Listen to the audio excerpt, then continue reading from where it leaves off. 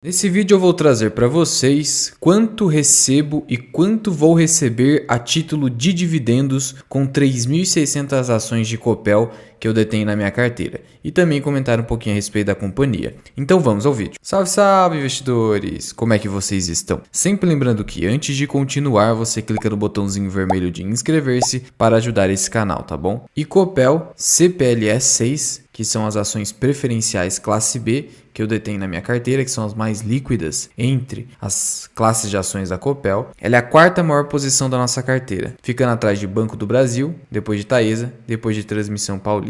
Pretendo ter mais Copel do que Transmissão Paulista, acontece que o preço acabou não ajudando. Eu tenho um preço médio aqui de R$ 6,17, 3.600 ações e elas estão custando R$ 7,20. E as ações acabaram subindo bastante, me dando aqui uma valorização de 16% por conta dos rumores de privatização, que não são tão rumores assim. Na verdade, não haverá uma privatização, haverá apenas uma venda de ações pelo governo do estado do Paraná, que já passou a estudar essa possibilidade. Representa então dentro da nossa carteira total mais de 6%, com um volume financeiro aqui de quase R$26 mil. E aí, diante desse nosso preço médio, nós vamos calcular o nosso dividend yield on cost em Copel, já que o dividend yield nas cotações atuais seria de quase 9%, 8,69% para as ações preferenciais classe B e 8,55% para as ações ordinárias. Isso acontece porque as ações ordinárias recebem menos dividendo. E aí, na minha visão, só vale a pena comprar as ordinárias quando esse dividend yield das ordinárias fica superior diante de uma queda maior nas ações ordinárias de Copel em comparação com as preferenciais classe B. Copel, na sexta-feira, teve uma leve queda de 1,78%, fechou aqui a R$ 7,16. Aqui dentro do home broker do BTG tem o gráfico aqui de graça que você pode verificar como o preço tem se movimentado nesses últimos dias. E veja só, o preço aqui em outubro chegou por uma região que eu gostaria de ter aumentado a posição, mas praticamente eu não tive nem tempo de pensar, já que em poucos dias o preço disparou muito forte, alcançando R$ 8,24. E aí veio essa forte correção aqui, que já era esperada. Mas muita gente acaba se perguntando se essa região de preços aqui é boa para a compra de Copel. Olha, eu prefiro comprar abaixo dos R$ 7,00, principalmente porque o PL da companhia disparou por conta na queda nos seus resultados e pela alta dos seus preços. Então hoje a companhia não está uma pechincha. E o que aconteceu com o Copel para gerar essa alta da relação preço-lucro? Tivemos ali uma queda no EBITDA da companhia, no seu resultado operacional, e queda no seu lucro. E a queda no lucro decorre do aumento do custo da dívida da Copel, mais inflação e mais juros. E no acumulado dos 9 meses em comparação com 2021, nós temos toda essa queda também motivada pelas provisões que a Copel teve que fazer em razão das devoluções que deverão ser feitas aos consumidores no tocante ao indébito tributário do PIS e da COFINS, em que o Supremo Tribunal Federal decidiu que esses tributos não compõem a base de cálculo do ICMS Energia Elétrica. Por outro lado, a geração de caixa operacional da companhia tem crescido por conta do melhor cenário hidrológico, já que a Copel ainda depende muito do recurso hídrico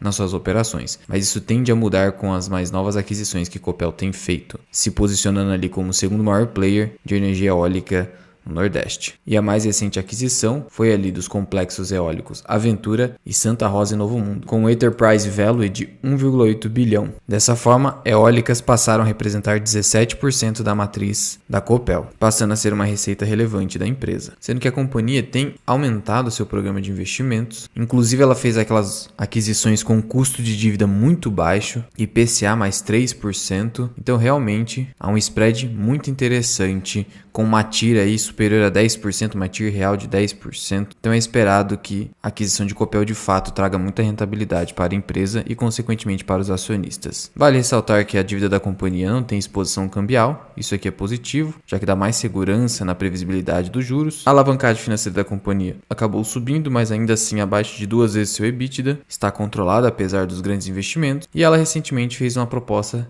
de novos juros sobre capital próprio da ordem de 970 milhões de reais. Tratando aqui então da política de dividendo da Copel, para quem ainda não conhece, a companhia passou a ser uma empresa visada pelo investidor que segue a estratégia dos dividendos a partir de 2021 com a nova política de dividendos da empresa. E hoje então como funciona a política de dividendos da Copel? Está muito bem resumida nesse mapa mental. Primeiro ponto, para que ocorra a distribuição de dividendos, é preciso que haja lucro. Então, se o lucro for negativo, se houver prejuízo, nada de dividendo. E isso, obviamente, é o certo a se fazer. Do contrário, a empresa vai ficar queimando reservas de lucros para pagar dividendos e isso não é sustentável no longo prazo. Agora, havendo lucro positivo, o que a Copel tem que olhar? Para a alavancagem financeira da empresa, relação dívida líquida sobre o seu EBITDA. Se a alavancagem estiver acima de 2,7 vezes o EBITDA, a companhia só pagará 25% do lucro líquido. Agora, se estiver entre 1,5 e 2,7, que é a alavancagem financeira atual, a companhia pagará 50% do lucro líquido, sempre limitado ali ao fluxo de caixa disponível, sempre visando sustentabilidade. E se a alavancagem financeira estiver muito baixa, abaixo de 1,5 vezes o EBITDA, aí você pode pagar até 65% do lucro líquido, o que não é o caso, estamos aqui numa posição intermediária. E aí veja só, desde 2021, quando eu coloquei Copel na carteira, a companhia passou a distribuir proventos robustos, distribuiu aqui mais de R$ 1 bilhão, R$ 1,5 bilhão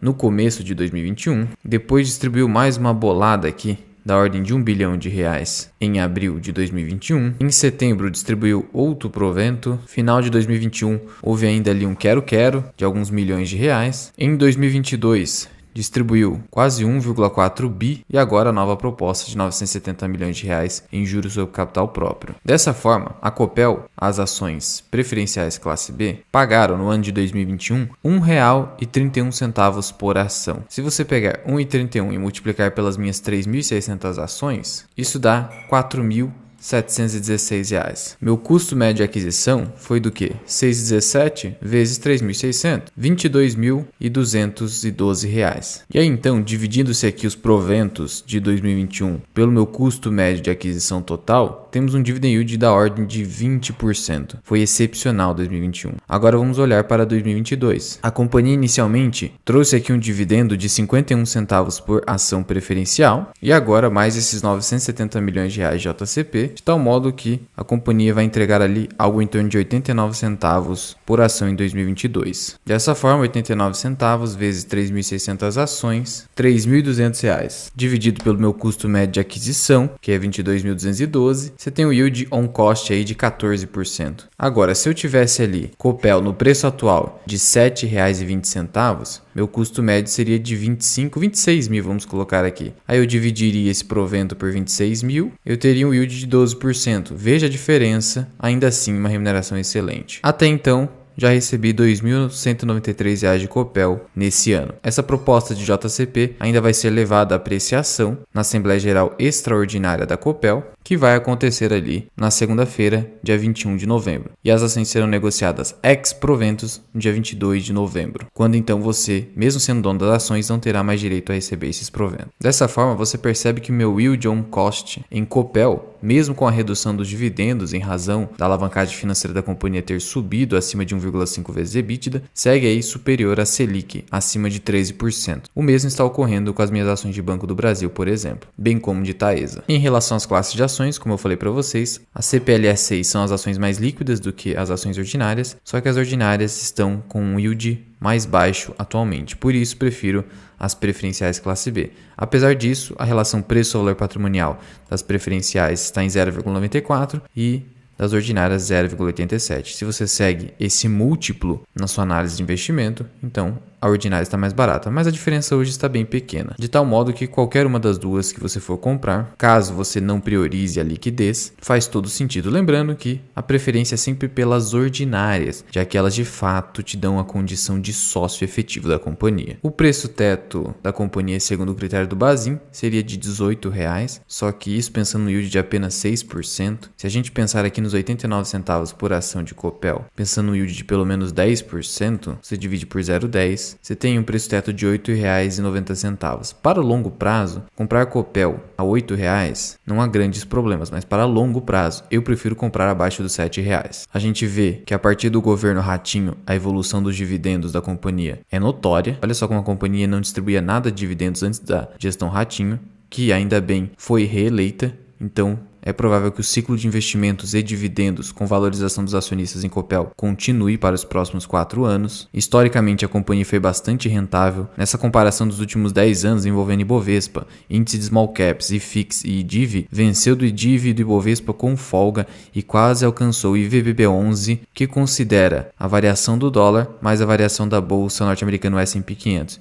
Então, Copel foi muito bem na minha visão, mesmo sendo uma companhia de setor elétrico que, pelo senso comum do mercado financeiro, não tem uma grande explosão de valorização, afinal é uma companhia de utilities e que paga bons dividendos. E veja só, toda essa rentabilidade não era nada até 2018, antes da gestão Ratinho. Só veio a ter grande rentabilidade após isso mesmo. Então a gente percebe que hoje a companhia está muito bem gerida. Comparando isso aqui com CEMIG e Energias do Brasil, a rentabilidade da Copel é a maior de todas, mesmo acima de Energias do Brasil. Por isso, uma das maiores posições da minha carteira, paga excelentes dividendos e ainda entrega muita rentabilidade. Consegue também evoluir sua receita, se aproximando aqui de Energias do Brasil, e CEMIG vai ficando para trás. CEMIG passou a ser rentável só a partir do ano passado, antes era uma companhia com baixa rentabilidade. Em relação a valuation, a gente viu que o PL da companhia ficou completamente distorcido, então óbvio que CEMIG e Energias do Brasil estão mais descontadas nesse ponto, só que em relação a preço ou valor patrimonial, a Copel ainda é mais descontada, só que a Energias do Brasil é uma companhia inteiramente privada, então nesse ponto,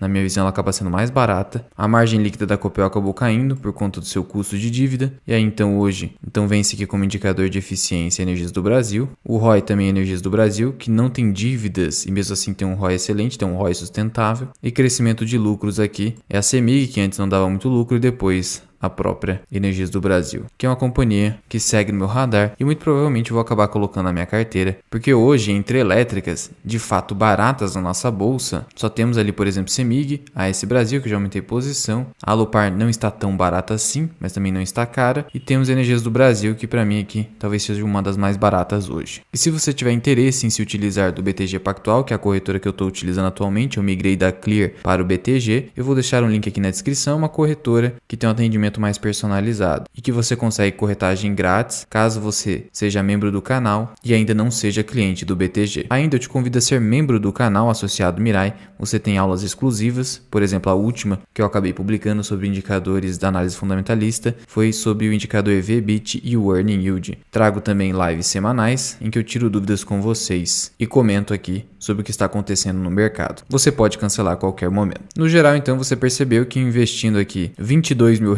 eu estou conseguindo com Copel mais de R$3 mil por ano. Isso aqui você nunca vai conseguir de forma sustentável na renda fixa. Por isso faz todo sentido pensar no longo prazo através da renda variável, como fez o Barsi. Mas já vai deixando aqui nos comentários, você é investidor de Copel, segue comprando ou aguardando alguma oportunidade no papel? Quantas ações de Copel você já possui em carteira? Bateu a sua meta ou está próximo disso? Muito obrigado por ter ficado comigo até aqui. Eu sou o Luens, que é o canal Mirai Investing. Até o próximo vídeo. Fui!